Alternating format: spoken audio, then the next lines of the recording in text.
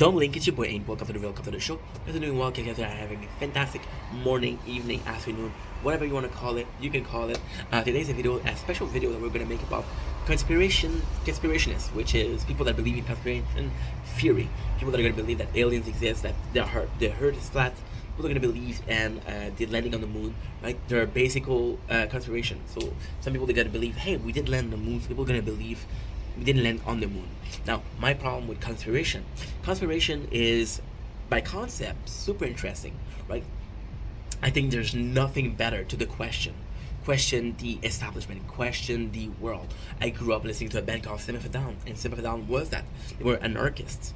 They didn't believe in the system, they believed in understanding what happened. They were pro saying something, taking stances.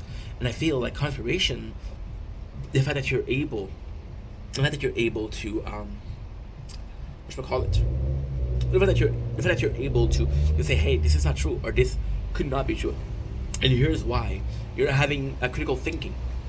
I mean, there's also a problem with being conspirationist, right? The problem is you're asking questions. And sometimes, for example, I'm reading out of the Quran lately. I'm reading the Quran because I have a lot of friends that are Muslim, and I do admire their discipline. I'm not gonna converse. I'm not going to become Muslim, right? I believe in God, yes, but I don't believe in Jesus. I don't believe in Allah. I believe in a single God that is an overseer, a powerful person, and I believe that this guy, or this woman, or this entity, right, is going to be the one to save us, salvation, right? I don't care what his name is. I don't care what religion is right. As long as I understand that there's one God, and my life is thanks to that God. So, with Muslim, the Quran is oldest time, right? The Quran, like the Bible, they're open to interpretation, right? So when you see Islamists, when you see jihadists, right, you're seeing people that have this understanding of the Quran, and sadly they're using the Quran to justify their action. If you look at the Christianity, we did the same thing. We did the same thing with the Crusade.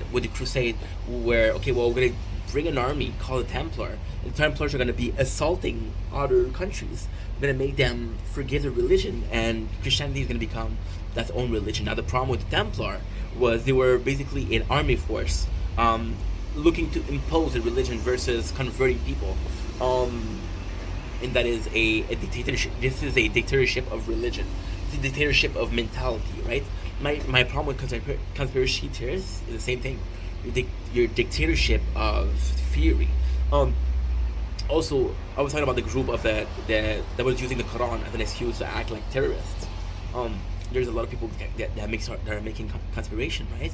And the problem with those people is, for every single conspiration that is true, they understand that it's not true.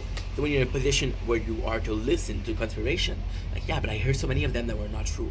Is the Earth flat? I will never know, because some people that are clearly unstable are presenting this subject to me. And the reason for that instability is we're seeing that a lot, right? So we're seeing as like Galilei that found that the Earth was a circle, that was a sphere that was constantly rotating, right? What he did was he found a well, and that well, he saw, okay, well, that well is huge. The sun, I can see the sun. So the sun, when it started at the west, is going to be in a position in the well, and the more we go, the position in the well changed, but the water in itself didn't change. The water in itself stayed the same, right? The sky is not being able to measure. So you see something like this, the sun, back in the days, back in almost prehistoric time, about medieval time, right? We found out that the sunstone was a slab of stone that you put in the field, and the sun would be able to point a direction, and a different direction meant a different time, right? The problem with conspiration is we're being presented a different type of thought. And the different type of thought, when presented, if not presented correctly, is called unbelievable. And it's not so much the subject. It's actually, in life, it's not the truth that matters. It's what people believe. So if you're able to bullshit, people are more likely to believe somebody that bullshit than somebody that tells the truth, right? And people that are in power are just people that are good at talking. So if you talk with somebody, and that's the exact same thing, talking with somebody that's a conspirationist, it's not good at talking, right? You didn't receive. Guys, you have to understand that those people that are in power, The people that are in charge of companies have received PR training. They've been trained to be salesmen. They've been trained to sell you something, right? So conspiracy theorists that doesn't have this training will have a hard time talking, right? We're seeing that with social media. We're seeing this with social media. We have PR tech training. We had this person called Jack Doherty. And I know you hate Jack Doherty, right? But I remember him being in an interview at 15 years old and talking about ROE, which is return of investment. I did not know that at 15 years old. I didn't know that at 25 years old, right?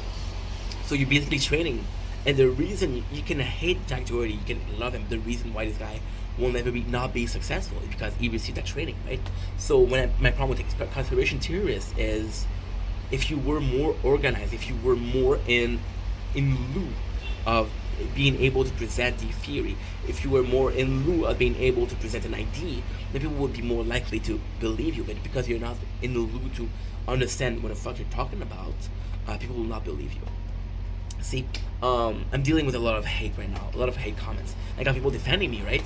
And I get to present my vision. But what is beautiful is you can see that I hate comments and agree with them.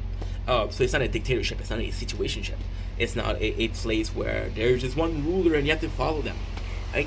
But at the same thing, there's only so much hate comment that I can have, even if they're not founded, even if they're lies. How many times if you see the same lies, right? The same lie over and over and over and over again, you're gonna start to believe it. Even though that you think that person is good, say, wait a second. I've seen 10 times this comment. Is that true? And that doubt creates conspiration. And that conspiration often is misled. And because it's misled, doesn't achieve a single goal. But again, if a person was able to present a subject, for example, the earth is flat. I know the earth is not flat. I know that, right? But if somebody came and had facts, he had receipt, he had something to prove that it's true, I'd be able to believe in him. That's my problem. It's because we're seeing theory that we're thinking is the truth. We're seeing people that are saying true thing. We're seeing people go against the establishment and being called crazy when they were right. There was this guy who was talking about pedophilia in Hollywood. He'd been talking about pedophilia in the 80s and the 90s, right? And he was talking about how, and we found out later on that this guy was right. I think his name is Corey something. Corey, I don't know. And we found out that he was right. But if we listened to him in the 80s, right, would have saved a lot of people. However, the fact that he didn't take the time to talk about what he was trying to talk about. He didn't take the time to establish proof that this is the truth. He just came in and screamed, "Hey, there's pedophilia in Hollywood," and he was called crazy. People didn't believe him.